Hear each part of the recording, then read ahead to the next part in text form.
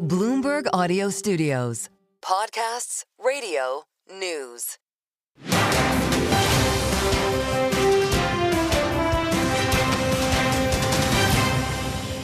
The tariff is a tax increase.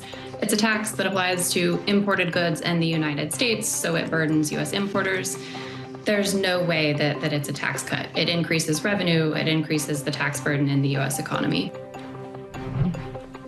Erica York of the Tax Foundation on the early edition of Balance of Power yesterday, talking about how tariffs might impact impending tax policy, because you know we're doing it all at once right now in Washington. Joining us is Kevin Brady, former U.S. Congressman from Texas, spokesman for the Alliance for Competitive Taxation, of course, former chair of the House Ways and Means Committee. It's great to see you in town.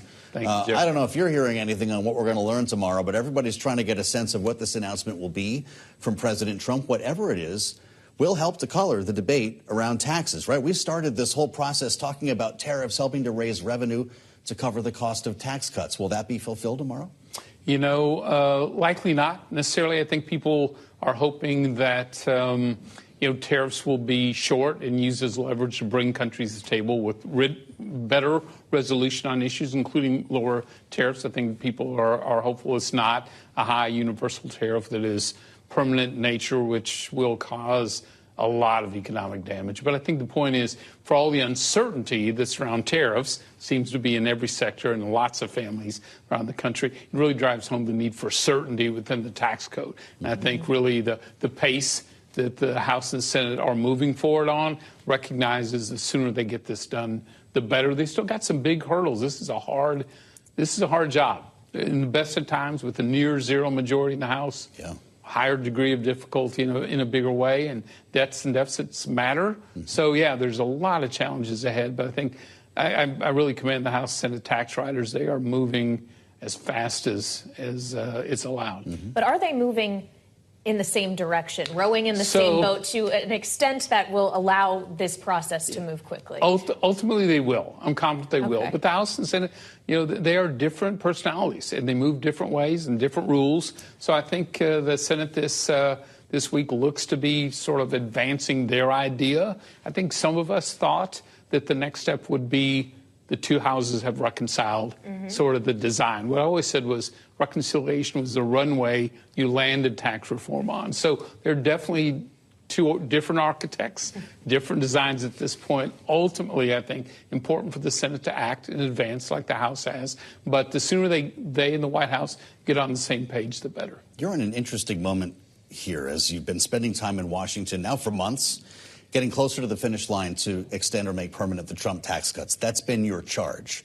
But she heard Erica York's comment when we were coming into this conversation. You're taking that amount away from individuals and businesses in the private economy. By any definition, this is a tax increase. So we could be in a world where they cancel each other out?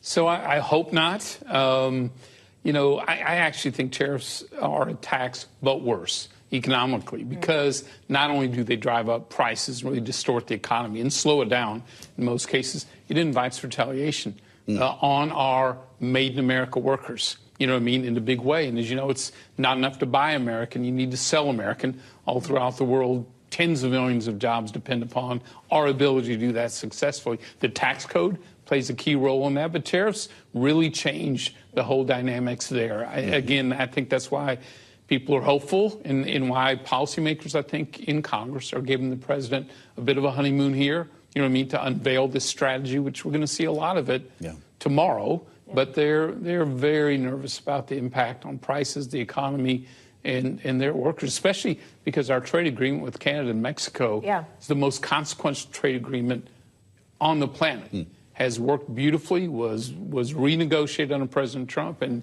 not only does it create about 17 million jobs in the U.S., that give us more affordable prices, more affordable cars, and allows us to combine our strengths to compete better against China. So, lots at stake in all these announcements. Well, and clearly, sir, you are a big advocate for the USMCA. When you hear the language now coming out of Canadian Prime Minister Mark Carney about this having fundamentally altered the relationship between Canada and the U.S. Do you think that's just posturing because he has to put up a show of force against these policies, or is this actually going to be hard to come back from? It's going to be difficult to come back. This is such a strong partnership economically, and integration has worked for all of our strengths. It's tough to hear about, being named the 51st state, or sort of the rhetoric around this. It's having an impact in both of our borders as well. So I think the sooner that we can come to the table and work through these issues, certainly Mexico and Canada agreement with America is almost near zero tariffs on most products, pretty low barriers. Not perfect. We've had trade tensions.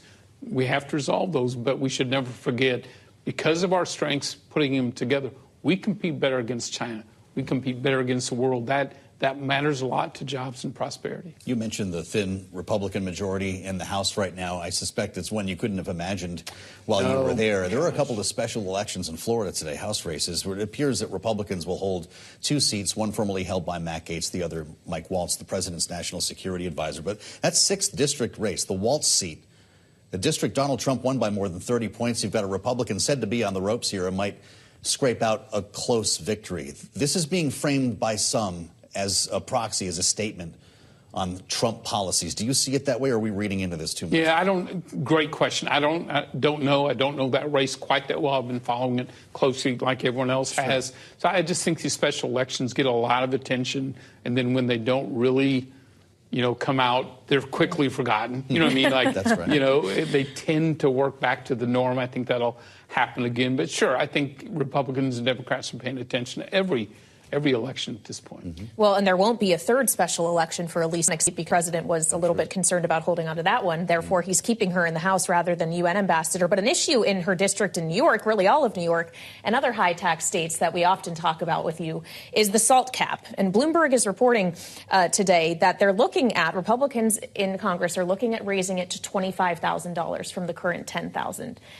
I wonder if that's in line with what you're hearing, and if you think that is enough to pacify the SALT caucus while still keeping conservative hardliners in line. Well, it should be, because it's a huge increase. I mean, both dollar-wise and the impact on the tax bill itself is going to be significant. It is certainly a huge expansion of what is basically one of the biggest subsidies we've got in the tax code, on the individual side of that. And so I would think for the high tax states, again, whose most of taxpayers overwhelmingly got a tax cut, that is a huge number. I think probably bigger than I thought it would be, frankly. But I think it's going to be very careful, very important for them to arrive at that consensus number between Republicans, the House, Senate, and the White House. The sooner they do that, the better they're able to move the whole package forward. There are a few stories that we could ask you about that tend to get more attention from our viewers and listeners, our subscribers at Bloomberg. The SALT story gets a read spike every time it hits the terminal here. Does that number sound like something that will bring members of the SALT caucus over? Because you can explain they're needed to pass any final bill, right?